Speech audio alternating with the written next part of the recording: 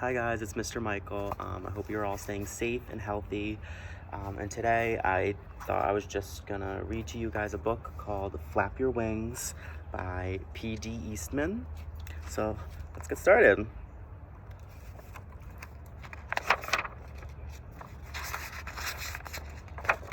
Flap Your Wings.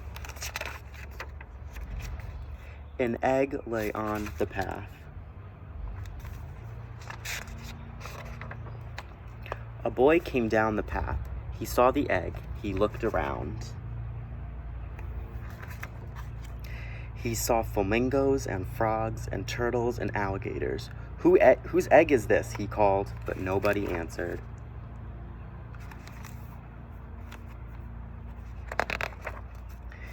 Then the boy looked up. He saw an empty nest in a tree. Here's an egg without a nest, he said, and there's a nest without an egg. The boy climbed up the tree. He put the egg in the nest. Then he went away.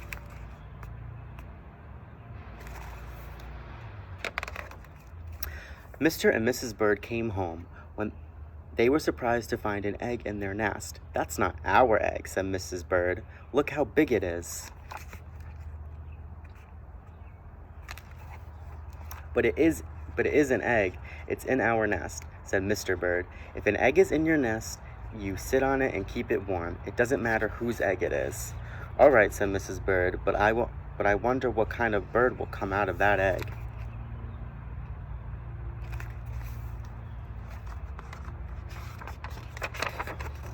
They took turns keeping the egg warm. First, Mrs. Bird sat on it, then Mr. Bird sat on it. And sometimes, because it was so big, they both sat on it.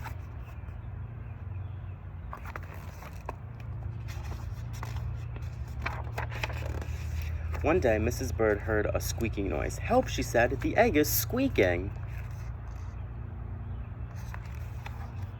Mr. Bird came back to the nest. He listened to the egg. "The egg is not squeaking," he said. That's our baby that is squeaking. He is ready to come out of the egg." Mr. and Mrs. Bird waited.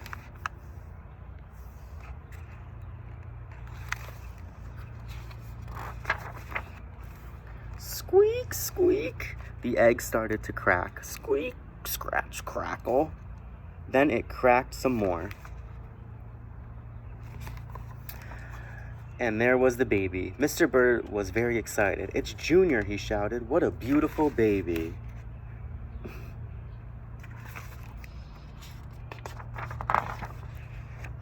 Junior opened his mouth. It was very big. It was full of teeth. "That's the funniest looking baby I ever saw," said Mrs. Bird. "Something is wrong. I don't think he's our baby at all."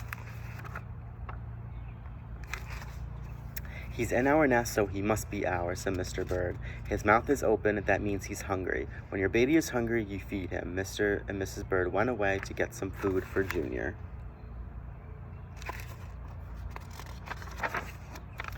Mr. Bird brought a pink worm. Mrs. Bird brought a green worm. Junior ate both worms in one gulp. Then he opened his mouth wide again. "We have to get Junior lots more to eat," said Mrs. and Mr. Bird.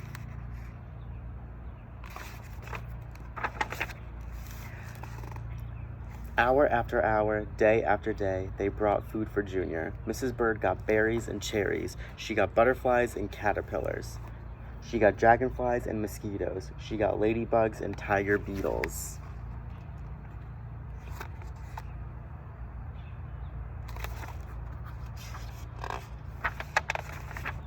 Mr. Bird got crickets and spiders. He got grasshoppers and snails. He got red ants. He got black ants. He got centipedes too.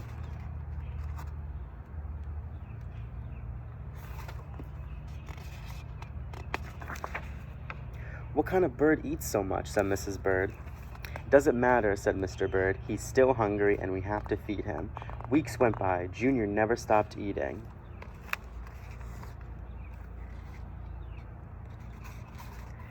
And Junior never stopped growing. He grew bigger and bigger and bigger. And bigger.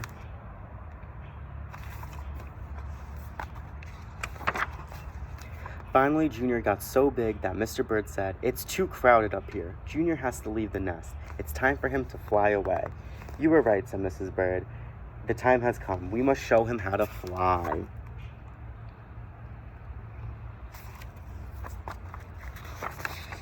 Mrs. Bird pushed and pushed. Mr. Bird showed Junior how to fly.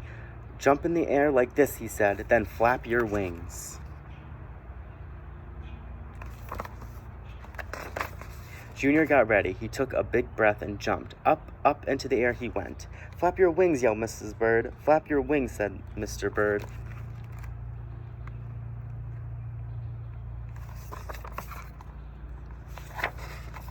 Junior flapped and flapped, but it didn't do any good. He didn't have any wings. Down, down, down went Junior, down into the water. Splash!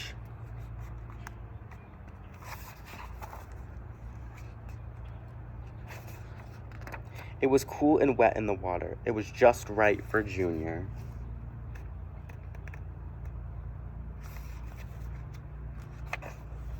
"You know," said Mr. Bird, "I don't think Junior was a bird at all." "It doesn't really matter," said Mr. Bird. "He's happy now, and just look at him swim."